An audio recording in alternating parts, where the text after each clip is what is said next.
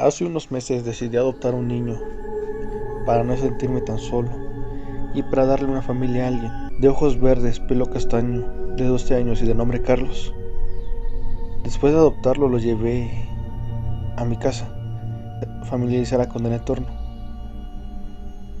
y su nuevo hogar.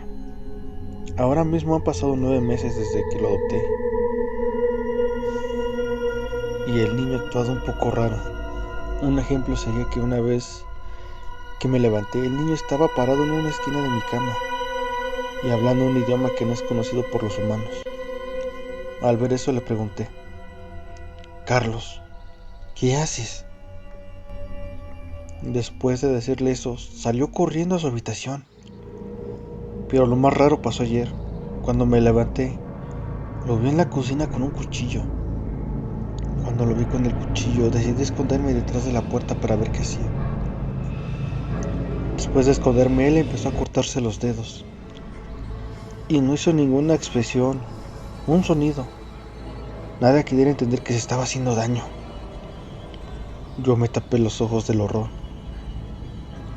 Después de un rato me destapé los ojos y vi a Carlos tirando los dedos a la basura.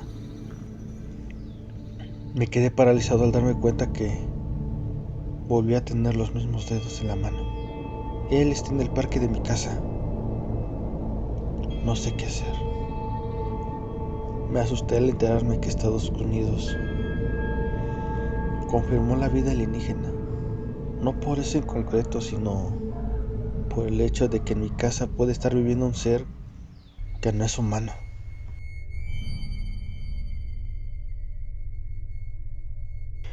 Ok, les contaré.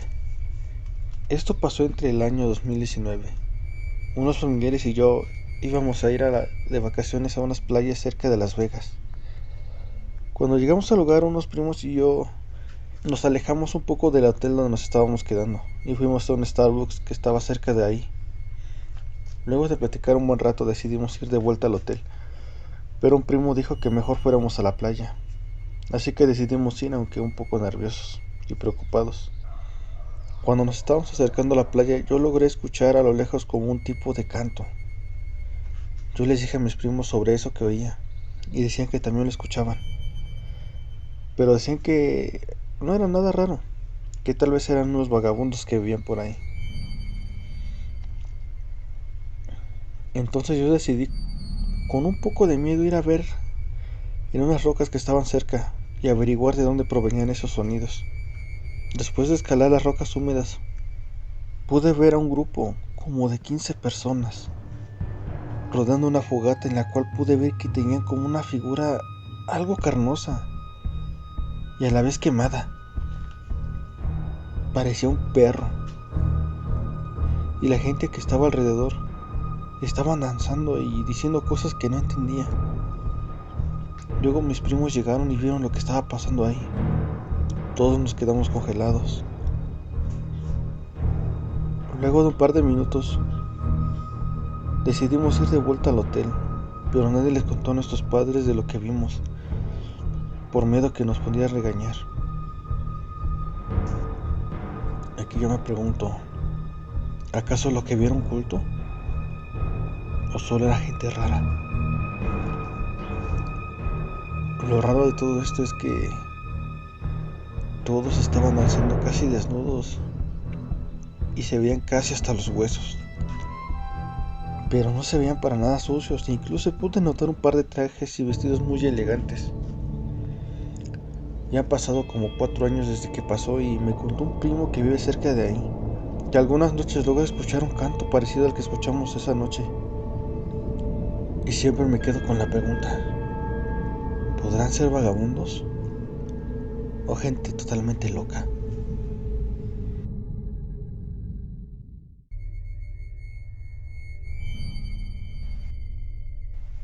Hola, esta historia me pasó a los 12 años, un día cuando me quedé con mi abuela y mis primos. Ese día, como ya dije, fui a dormir a la casa de mi abuela, en la casa de ya antes mencionada. También unos primos, 3 más exactamente, también se iban a quedar a dormir. Bueno, ese día mis padres irían a una junta de trabajo. Como yo no tenía experiencia quedándome solo, Me dejaron en la casa de mi abuela. Cuando llegué, mis primos y mi abuela me saludaron con entusiasmo. Rápidamente nos fuimos al cuarto donde íbamos a dormir, para construir un fuerte. Después de construirlo, mi abuela nos llamó para cenar. Después de eso, nos fuimos a dormir. Pero antes de irnos a dormir, nos contamos historias de terror. Cuando estaba a punto ya de irme a dormir, oí claramente: niño, ven. Reconocí esa voz. Fui a ver al cuarto de mi abuela. Vi claramente la figura de mi abuelo, que me dijo: ven, abrázame. Pero su voz oía muy rara, como distorsionada. En ese momento solo veía su silueta. Yo era muy asustadizo. Le dije que no tenía ganas y me fui a dormir. Al día siguiente, cuando estábamos desayunando, le dije a mi abuela: ¿y mi abuelo? ¿No bajará a desayunar? Y mi abuela me dijo entre lágrimas: tu abuelo murió hace un mes.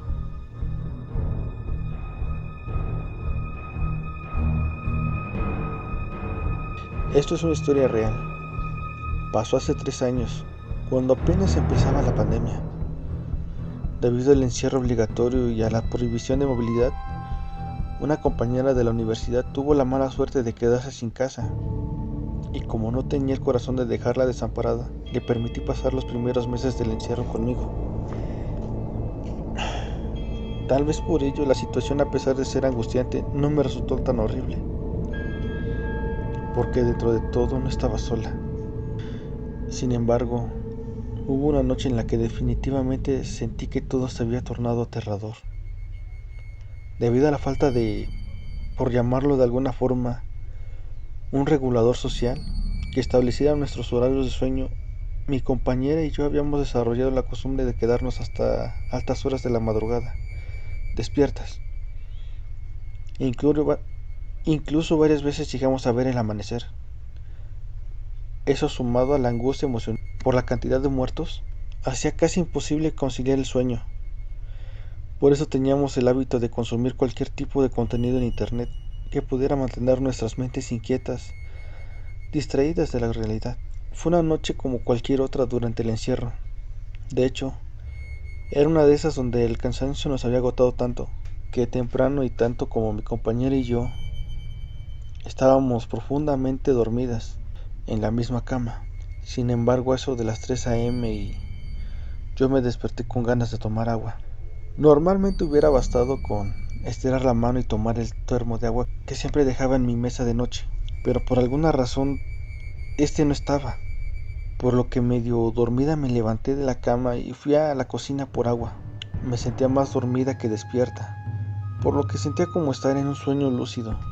Recuerdo haberme levantado, tomar el agua y luego irme a dormir a la primera cama que encontré. Cabe aclarar que mi casa tenía 4 cuartos y en el que dormíamos mi compañera y yo estaba al final del pasillo. No sé qué me había impulsado a dormirme en una de las primeras habitaciones y tampoco tengo claro cuánto tiempo pasó. Solo que me sentí en ese punto donde sabes que todo lo que te rodea se va apagando lentamente.